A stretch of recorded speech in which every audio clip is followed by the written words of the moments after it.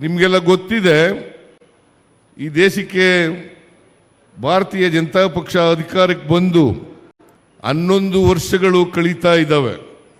11 ವರ್ಷಗಳ ಹಿಂದೆ ಅಂದರೆ 2014ಕ್ಕಿಂತ 14ರವರೆಗೆ ಮನಮೋಹನ್ ಸಿಂಗ್ರವರು ಪ್ರಧಾನಮಂತ್ರಿಯಾಗಿದ್ದರು.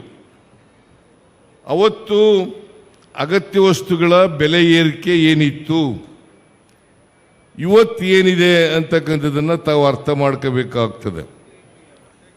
ವಿಶೇಷವಾಗಿ ಪೆಟ್ರೋಲ್, ಡೀಸೆಲ್, ಗ್ಯಾಸ್ ಇವುಗಳ ಬೆಲೆ ಅವತ್ತು ಎಷ್ಟಿತ್ತು, ಜೊತೆಗೆ ಅಂತಾರಾಷ್ಟ್ರೀಯ ಮಾರುಕಟ್ಟೆಯಲ್ಲಿ ಕ್ರೂಡ್ ಆಯಿಲ್ ಬೆಲೆ ಎಷ್ಟಿತ್ತು, ಈಗ ಎಷ್ಟಿದೆ ಅಂತಕ್ಕಂಥದ್ದನ್ನು ತಾವು ಅರ್ಥ ಮಾಡ್ಕೋಬೇಕಾಗ್ತದೆ. ಈ ನಾಡಿನ ಜನರಿಗೆ ಸತ್ಯ ಅರ್ಥ ಆಗಬೇಕು.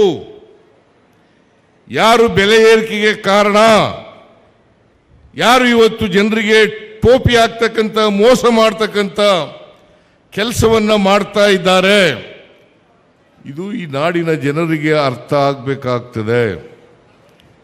ಅದಕ್ಕೋಸ್ಕರ ಸತ್ಯವನ್ನ ತಿಳಿಸಲಿಕ್ಕೆ ಇವತ್ತು ಭಾರತೀಯ ಜನತಾ ಪಕ್ಷದವರು ಜಾತಿ ಹೆಸರಿನಲ್ಲಿ, ಧರ್ಮದ ಹೆಸರಿನಲ್ಲಿ ಹೇಗೆ ನಾಡನ್ನು ಛಿದ್ರ ಮಾಡ್ತಾ ಇದ್ದಾರೆ, ಸಮಾಜವನ್ನು ಛಿದ್ರ ಮಾಡ್ತಾ ಇದ್ದಾರೆ, ಅದನ್ನು ಕೂಡ ಜನರಿಗೆ ತಿಳಿಸಬೇಕು ಅನ್ನೋ ಕಾರಣಕ್ಕೋಸ್ಕರವಾಗಿ ಇವತ್ತು ಎಲ್ಲ ವಿಭಾಗ ಮಟ್ಟದಲ್ಲಿ ಮತ್ತು ದೊಡ್ಡ ದೊಡ್ಡ ಪಟ್ಟಣಗಳಲ್ಲಿ ನಾವು ಈ ಕಾರ್ಯಕ್ರಮವನ್ನು ಹಮ್ಮಿಕೊಂಡಿದ್ದೇವೆ.